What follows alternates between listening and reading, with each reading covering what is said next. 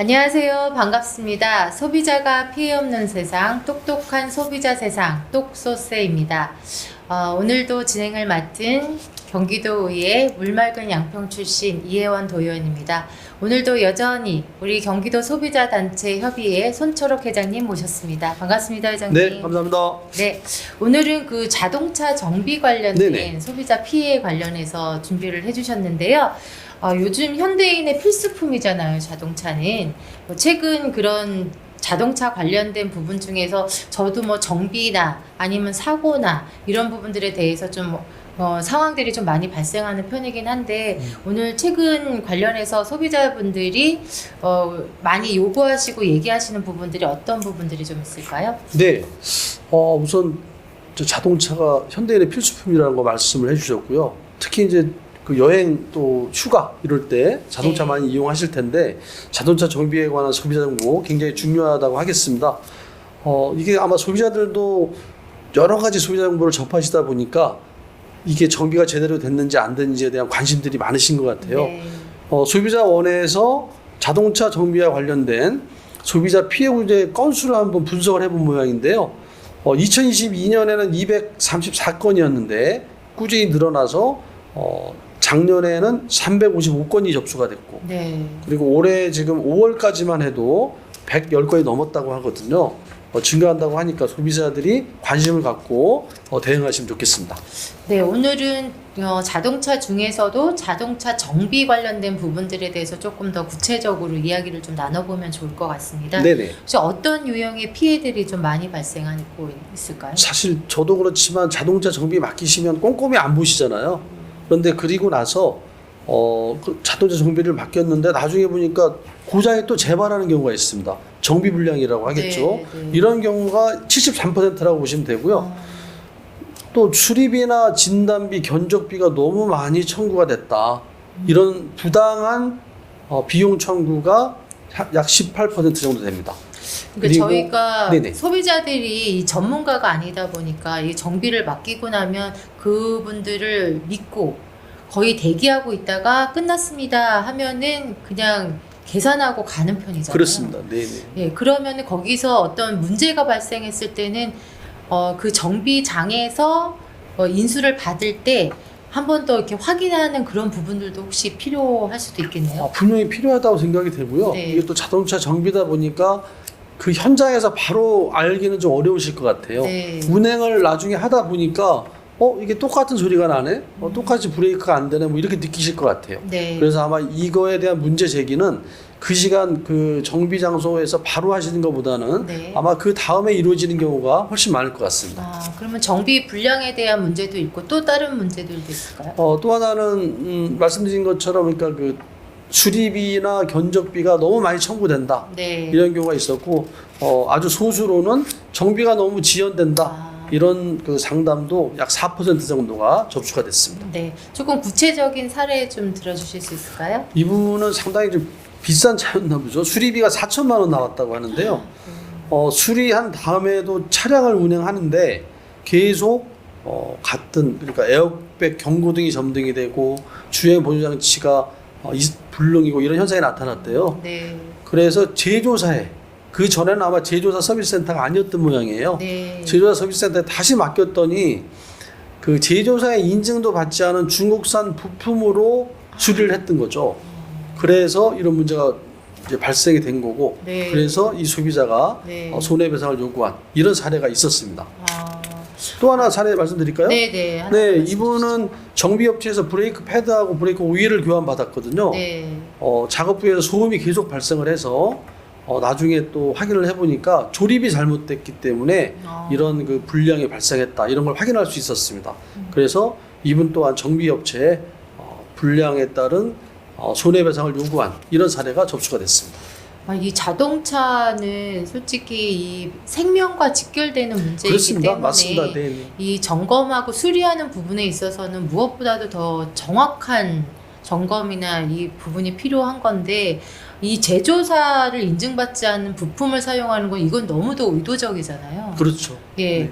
그리고 이제 브레이크 패드나 브레이크 오일이나 이런 부분들에 대해서는 자동차랑 진짜 너무 직결된 부분들이잖아요. 안전과 그래서 직결된 네, 문제입니다. 네. 그래서 이런 안전과 직결된 문제에 대해서 이렇게 그 사례도 좀 다양한데 이런 사례들로 인해서 소비자가 요구를 했을 때 이 소비자가 좀 받을 수 있는 어떤 배상이나 이런 부분들이 좀 근데 어떤 이제 부분이 있을까요? 굉장히 좀 어려운 부분이긴 합니다. 왜 그러냐면 소비자들은 지금 의원님께서 말씀하신 것처럼 이거는 생명과 관련된 아주 중요한 문제이기 때문에 혹시 이런 정비 불량이 발생하면 그러니까 눈에 보이는 직접적인 손해 플러스 네. 내가 받은 정신적인 피해까지도 배상을 요구하시겠죠. 네. 저는 그 심정 충분히 공감이 됩니다. 그렇지만 1372 소비자 상담센터에서는 대부분이 직접적인 손해에 대한 배상을 저희가 해결하기 위해서 합의 권고를 하고 있거든요. 그래서 내가 정신적인 충격을 받은 거에 대한 위자료라고 해야 되겠죠. 네. 그런 거에 대한 배상 요구까지는 쉽지 않다. 네. 그래서 그런 부분은 또 어떤 민사소송을 통해서 해결을 해야 된다. 이렇게 말씀을 드릴 수 있겠습니다. 저희가 똑소스에서 아주 다양한 정보를 드리는 의미는 이런 내용들이 있고 이런 사례들이 있기 때문에 소비자분들이 이런 상황에서 접하지 않았으면 좋겠어서 이런 상황들을 계속적으로 말씀드리고 있으니까요. 이런 사례에 대한 부분들을 많이 접하셔서 피해 상황을 많이 줄이시고 적극적으로 대처하시는 것이 가장 중요할 것 같습니다. 네, 그렇습니다. 네, 그리고 회장님 또 그 수리비 비용 관련해서도 부당 청구하는 사례들도 좀 있잖아요. 네네. 그런 사례에 대해서도 좀 말씀 주시죠. 참 이거 소비자들이 이런 것도 전문가가 아니라서 좀 어려우시죠. 네. 우선은 사고 차량을 정비업체에 입고를 하셨습니다. 그래서 견적이 얼마 나옵니까? 그랬더니 900만 원 나온다고 했대요. 그래서 너무 비싸다. 그럼 다른 곳으로 가겠다고 했더니 네. 견적비만 그럼 100만 원을 내라. 또 이렇게 청구를 한 모양이에요. 근데 소비자로서는 참 너무 황당하셨겠죠. 그래서 접수하신 분이 계셨고요. 네. 그리고 또 다른 소비자는 정비업체에서 진동댐퍼, 워터펌프 이런 교환을 안내를 받았습니다. 그래서 수리비가 100만 원 든다 그래서 정비를 받았어요. 네. 근데 정비가 끝난 다음에는 160만 원이 들었다 이렇게 또 얘기를 해서 분쟁이 발생한 이런 사례도 있었습니다. 아니 대부분 이런 경우 같은 경우는 중간에 비용이 늘어나거나 뭐 변동사항이 있으면 사전 고지를 해주잖아요. 그렇습니다. 중간에 전화해서 네네. 원래는 뭐 100만 원 정도 들었었는데 열어보니 이렇게 진행하다 보니까 뭐 60만 원 정도 더 들어갈 것 같다. 진행해도 되냐 이렇게 상황을 확인받고 그렇게 수리를 대부분 하시는 걸로 알고 있는데 이렇게 100만 원 정도 든다 수리하고 나서 160만 원 들었다 이렇게 얘기하시는 분들이 있군요. 네, 지금 의원님께 정확하게 말씀을 해주셨습니다. 대개는 견적을 했는데 수리하다 보니까 또 다른 하자가 발견이 될 수 있죠. 네. 그러면 그랬을 때는 그 차량 소유자한테 소비자한테 연락을 해서 이러한 부분이 추가로 비용이 소요된다는 걸 얘기를 하고 동의를 구한 다음에 네. 수리하는 게 아주 정상적인 경우라고 하겠습니다. 네, 네. 제가 며칠 전에 말씀드렸지만 극히 일부 사업자 중에는 이렇게 이제 소비자한테 부당하게 행위를 해서 분쟁이 발생한다 이렇게 말씀드릴 수 있겠습니다. 그러게요. 저는 견적비 100만 원 받는다는 얘기도 처음 들어봤습니다. 견적 비용을 정비센터에서 견적 비용을 받는다는 얘기가 있나요? 네, 근데 그거는 조금 조심하셔야 되는데 제가 네네. 요 다음에 그 주의사에서 말씀드리려고 했는데요. 네네. 수리를 하지 않아도 네. 다만 그 정비를 위한 견적만 했을 때에도 견적비가 청구될 수는 있습니다. 아, 네. 예, 그래서 그렇지만 네네. 이렇게 사례에서 보는 것처럼 견적비만 100만 원이다 이런 거는 좀 말이 안 되겠죠. 네네. 네, 그 견적비도 제조사 서비스센터 같은 데 가면 어느 정도 견적비라는 게 사전에 또 고지가 되니까요. 가능하면 좀 그 제조사 서비스사가 참 이용하시는 게 좋겠죠. 근데 아마 네. 이 소비자들도 사정이 있으셨을 거예요. 그 제조사 서비스사를 이용 못했던 그 사정이 있었을 거라고 생각은 됩니다. 네. 또 이제 저의 경우 같은 경우는 그 타이어 같은 경우도 뭐 상식적으로는 500원 동전이 들어갈 정도 되면 뭐 그런 얘기들을 좀 들었어요. 근데 여자들은 특히나 여성분들은 자동차나 이런 데 관심 있는 분들도 많지만 저 같은 경우는 이렇게 거의 이제 안전하게 운전하는 정도거든요. 그래서 대부분은 이렇게 수리센터에 오일 점검하거나 이럴 때 정기적으로 점검을 하는데, 타이어 같은 경우는 이렇게 눈으로 육안으로 이렇게 확실하게 보이진 않잖아요. 많이 달아야 보이는데, 그럴 경우에도 정비하는 데 부분에 있어서 조금 이렇게 손해를 보거나 그런 경우가 있다고 들었어요. 네, 네, 그런 부분에 대한 사례도 좀 있을 것 같은데 좀 얘기 좀 네, 해주시죠. 지금 사례도 보면 네, 이 정비업체에서 타이어에 철심이 노출됐다, 편마모가 있다, 그래서 교환을 하셨다고 하는데요. 나중에 알고 보니까 철심 노출도 없었고 편마모도 과도하지 않아서 교환이 불필요했던 것 같다, 이렇게 확인했다고 하시거든요. 네, 근데 이런 부분은 조금 아쉬운 부분도 좀 있습니다. 그러니까 소비자가 네. 타이어 교체하기 전에 한 번 더 확인하시고 하셨으면 어땠을까라는 생각이 들고요. 네, 네. 또 이 부분은 소비자들에 따라서, 성향에 따라서 조금 차이가 있을 것 같아요. 그렇죠. 말씀하신 것처럼 의원님 것처럼 여성분들인 경우에는 안전을 더 중시하기 때문에 조금만 문제가 있으면 교체를 하시려고 할 거고, 또 타이어에 대해 좀 아시는 분들은 그 정도면 괜찮아라고 타실 수 있을 것 같아서, 네, 이 부분은 딱 뭐 정확하게 언제 타이어를 교체해야 된다라고 법으로 규정으로 정할 수는 없습니다. 그쵸. 그건 소비자의 선택일 뿐이죠. 네, 반면에 제가 이 사례를 봤을 때는 정비업체에서 조금 과잉 정비를 했다는 느낌은 들지만, 소비자도 타이어 교체하기 전에 그런 정보를 한 번 더 확인해 보셨으면 어땠을까라는 아쉬움은 있습니다. 네, 대부분 정비센터에 가면 소비자가 이러이러한 거 해주세요라고 하는 경우도 있지만, 그 정비를 하면서 이런 게 필요하다, 이런 게 교체 시기가 됐는데 교체하시겠냐 이렇게 물어보는 경우도 있잖아요. 네. 근데 그런 와중에 이런 타이어나 부품들 같은 경우는 업체에서 요구하는 이제 상황을 확인하는 경우가 좀 있는데, 그런 경우에는 조금 더 조심하시고 확인한 후에, 급한 상황이 아니면 확인한 후에, 그리고 정비를 다시 한번 요청하시는 것도 좀 좋은 방법이 될 수 있을 것 같다는 생각이 듭니다. 그렇습니다. 네. 그리고 아까 말씀 주신 것처럼 그 정비 견적을 할 때도 비용이 청구될 수 있다, 이렇게 말씀을 해주셨는데, 네. 그 상황이 어떤 상황이 있는지 좀 얘기 좀 해주시죠. 네, 네. 지금 정비를 하지 않는 경우에도 네. 지금 자동차 관리법 시행 규칙상 진단료나 견적료를 청구할 수 있도록 이렇게 규정이 돼 있다고 하니까요. 네. 처음에 견적, 그러니까 입고를 하셨을 때 견적만 받으면 얼마 드나요라고 한번 물어보시면 될 것 같아요. 네. 그렇게 확인하신 다음에 견적도 받아보시는 게 좋겠습니다. 네. 그런 다음에 견적 받아보고 제가 여기서 정비를 할지 안 할지 결정하겠습니다라고 말씀하셔도 됩니다. 네. 사전에 견적료를 꼭 확인해 보시라는 거 말씀을 드리고요. 네. 그래서 주의할 점을 이어서 한번 제가 말씀을 드려볼까요? 네.